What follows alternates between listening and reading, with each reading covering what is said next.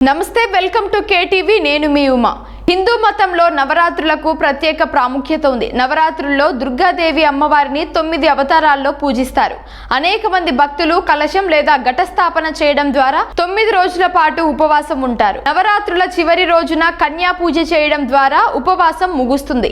నవరాత్రుల తేదీలు, మొదటి రోజు పూజా సమయం ఎప్పుడు, కలశ స్థాపన లేదా ఘటస్థాపనకు శుభ సమయం ఏంటో ఇప్పుడు తెలుసుకుందాం. హిందూ పంచాంగం ప్రకారం పితృపక్షం అయిపోయిన తర్వాత రోజు నుంచి నవరాత్రులు ప్రారంభం కానున్నాయి. ఉదయ తిథి ప్రకారం శారదీయ నవరాత్రులు అక్టోబర్ 3న ప్రారంభమవుతాయి. నవరాత్రులు ఈ ఏడాది 3 అక్టోబర్ నుంచి ప్రారంభమై అక్టోబర్ 11న ముగుస్తాయి. మరుసటి రోజు అంటే అక్టోబర్ 12న దసరా పండుగ.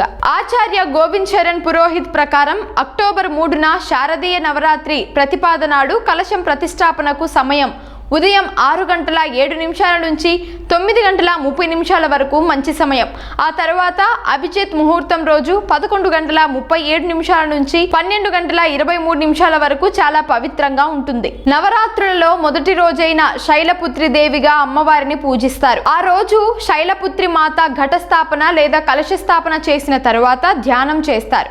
ఘటస్థాపన నవరాత్రి ఉత్సవాల ప్రారంభాన్ని సూచిస్తుంది. ఇది ఒక రకంగా చెప్పాలంటే శక్తి దేవిని ఆవాహన చేసే ఆచారం.